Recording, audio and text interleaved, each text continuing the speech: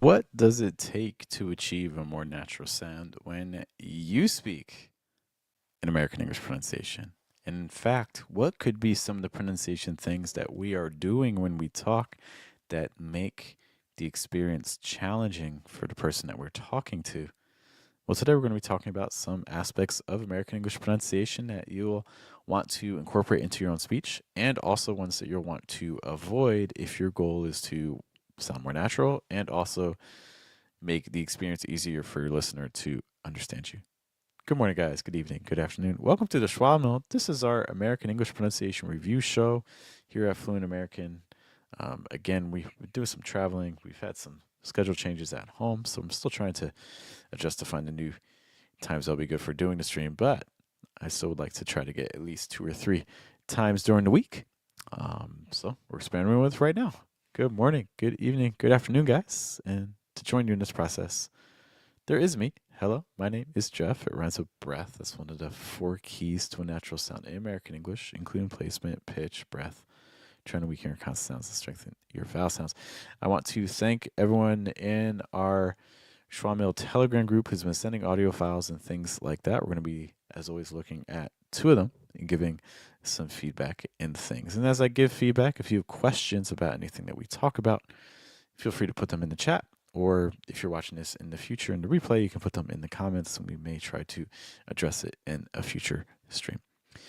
With that being said, let's take a look at our first file today to see what sort of feedback we can give. I'll play this twice. Here's your first time. My 16-year-old likes to give me a hard time, and she's very clear. Okay, I'm going to play that one more time. My 16-year-old likes to give me a hard time, and she's very clear. Okay, so something I'm noticing with this immediately is that we have a nice range of pitches being used, which is certainly helpful. I'll play it again just to highlight what we mean by that. My 16-year-old likes to give me. Like you hear even the first 2 words, like we're just like my, which is a really common strategy. You know, when you hear native speakers talking, if they have to repeat a word, which is pretty frequently, it's a nice strategy for when you're talking, trying to give yourself time to think about what you want to say next. And so when you repeat that word, changing the pitch, like my 16-year-old, and then kind of that movement and pitch. So I really like the pitch movements here where we're accessing a pretty wide range here. I would say, hey, maybe continue pushing it to see maybe we can even tap into some lower pitches as well. Something that we also want to begin trying to incorporate more of is breath and diaphragm work. One of the things that you're going to hear throughout this is that when a word finishes, the breath finishes, and that is making it very challenging to link words together, which results in speech that can feel a little bit disjointed and require your listener to really focus to make sure that they understand it. Because if you take a second off and you're not focused and concentrating, this can actually be a little bit challenging to understand. My 16-year-old likes to give me a hard time, and it's like 16-year-old likes to give me a that whole sequence there. Every time a syllable ends, the breath ends. Syllable ends, breath ends. Syllable ends, breath ends. In American English in general, is not going to function like that. There are moments where you'll want to cut. You see this a lot. For instance, to convey like anger or frustration, you may hear that extra firm, like, no, don't do that. Like something like that. You know, that might be a situation where you'll end up with somewhere cut breath. You won't see as much of that linking together of things. But in general, you can even hear in the way I'm talking right now, when a syllable ends, the breath needs to keep flowing to link things together.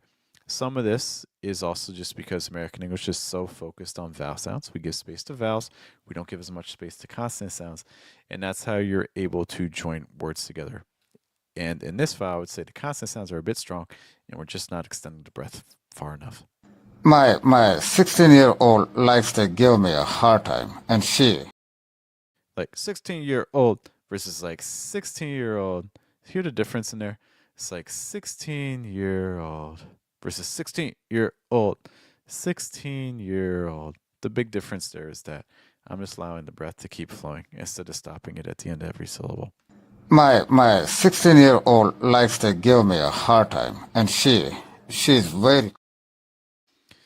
The last thing I'll say about this is there is a great range of pitches being used. I feel like I'm kind of being thrown around in a lot of different directions. It almost feels like I'm on a roller coaster. It's hard for me from a listener to get into a groove of what's being said, and some of that is because the rhythm is so staccato and so choppy. I'll try to elaborate more on what I mean. Let's listen again. My 16-year-old likes to give me a hard time, and she. Part of this is because all of our thought groups are really short in length. My it's like just like one or two word thought groups, right? 16-year-old thought group likes to I think it's likes to give me a hard time. I think it's if I'm understanding it, like likes to give me a hard time. My 16-year-old likes to give me a hard time. So we have these real short thought groups in very fast succession. And so another way that you can add contrast to your speech is by varying your thought group length. So instead of kind of falling back on this repetition of short thought groups that are about 2 words long, have some thought groups that are 2 words long, but then also maybe have one that's like 5 words long. So maybe instead of saying my 16-year-old likes to give me a hard time or something like that, you could do like my 16-year-old likes to give me a hard time. My 16-year-old likes to give me a my 16-year-old likes to give me a hard time. Something like that. Um, Playing around with the thought group lengths. Another thing that you can do to break up the rhythm, shake things up more, and add some contrast, maybe a pause. Like maybe a pause after my 16-year-old likes to give me a hard time. So it's like if you're gonna use a lot of short thought groups, fine. But maybe embrace the fact that they're short and maybe add some pauses in between them just to help create some separation and things like that. Okay. All right, but hopefully that kind of gives you some basic things to be considering to help this become even more understandable um, and easier to for your listener to take in if they need to respond. Thank you for sending in that file. Let's take a listen to our second one for today. In this poem, the rolling and the crawling poem of the river, the has been personified as vegan, cruel, and hungry. Okay, let me play it one more In time. this poem, the rolling and the crawling poem of the river, the has been personified as vegan, cruel, and hungry. Okay, so a couple things here that are actually somewhat similar to our previous audio file. Let's begin just kind of with thought group length here one more In time. this poem, the rolling and the crawling poem of the river, the has been personified as vegan, cruel, and hungry. Okay, so all the things that I mentioned for our previous audio file, especially with regards to thought groups, are also kind of applying here. Our thought groups in general are sticking right around that 2 to 3 word length for pretty much every single one that we say. And so the first thing again, let's mix up the thought group length. Maybe if you're going to use some pauses, maybe use them with intentionality, maybe lengthen the pauses. So I think mixing up your thought group length, I think adding some intentional pausing can be really, really helpful here because we're getting into kind of that same trap as the previous audio file. In this poem, the rolling and the crawling poem of the river, the has been personified as vegan, cruel, and hungry. Okay. One word I just want to highlight here that I really like, I liked the word hungry at the end of this because one of the things you can hear, we talked about breath earlier, you can hear at the end of hungry, the breath kind of extends before ending. It's that very last word at the end of the clip. Let's listen to it one more time. And that's, I think, going to really capture the kind of breath that we're looking for at the ends of words. In this poem, the rolling and the crawling poem of the river, the has been personified as vegan, cruel, and hungry. Okay. I believe that last word was hungry. Um, whatever that last word was. One general comment I have for this audio file is that the placement's really high And because the placement's high, that is actually having a pretty big impact on a couple of the words, which can potentially even lead to misunderstandings. Because if your placement goes high, that can cause some vowels to shift into a way that becomes hard to understand. Oh, it's up to Faye. It's so good. I never get to actually see you on stream, so I'm glad you could make it here. Be sure to let me know if you have any questions about things. Good to see you. But yes, I think the placement is high here. I'm going to give some words as In examples. this poem, the rolling and the crawling flame of the river, the has been personified as vegan, cruel, and Okay. For instance, the easiest example here is probably like the word river. So river has a short I sound. The short I sound sounds like eh, eh. In this audio file, what we're hearing more is like reaver, reaver versus river, river. And so this is what can happen if you have the wrong placement. You could have the best vowel sound in the world, but if your placement is high, your listener's not going to understand it, or they're going to misunderstand it, which might be even worse. Okay, so again, it's not reaver, it's river. Another place where you can hear the placement go extra high is like the word vegan. One of the things that's happening when we're saying vegan is we're not giving much space to the vowels at all. And if you don't give space to your vowels, it's hard to activate breath and use your diaphragm. And if you don't use your breath and diaphragm, then it's very easy for your placement to go up. And it's very easy for your consonant sounds to take over.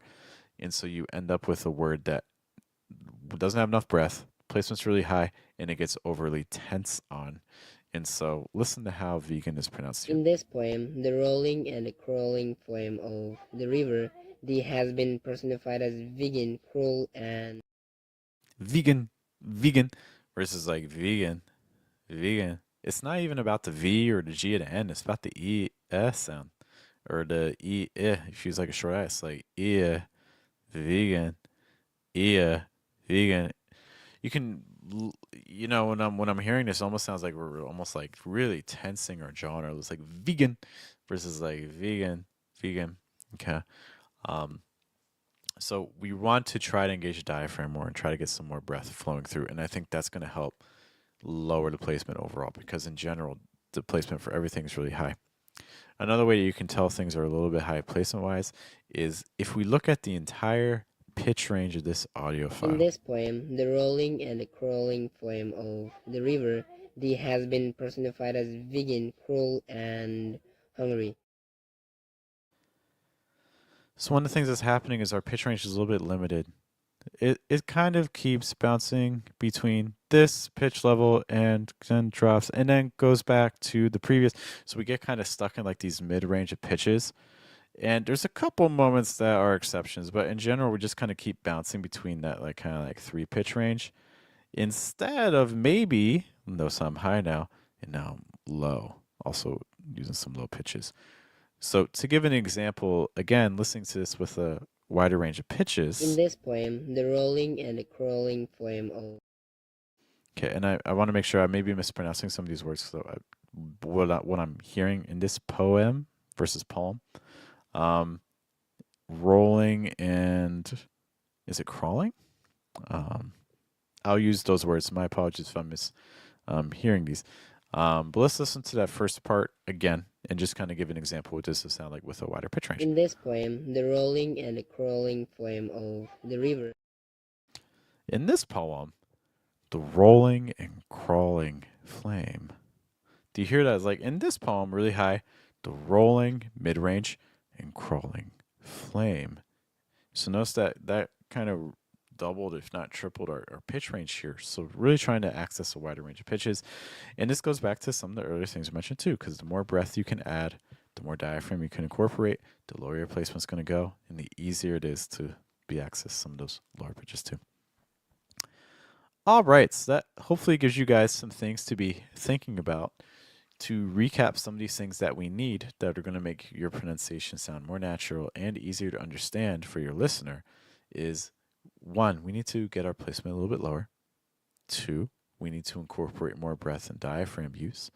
3, we need to play around with contrast more, especially with regards to thought group length. So trying to identify what are the patterns in your thought groups. Are you just using 2, 3, 4 words? Are there ever times where you're using more than that? As you're transitioning from thought groups, are you incorporating things like pauses and pitch changes? I think if you just pay attention to all those things I mentioned right there, it can be immensely helpful to giving your listeners a better experience when they listen to you when you talk. All right, once more, thank you guys for everyone who's been sending audio files and things like that. It's greatly, greatly appreciated. Hopefully, we'll be back tomorrow with another edition. Again, I'm not entirely sure of the time, still trying to figure things out. But I appreciate your guys' patience. I hope you found today's stream helpful. Keep an eye out for the next episode of the Schwa Mill. And I hope you guys have a good day, have a good night, and a good afternoon. Take care.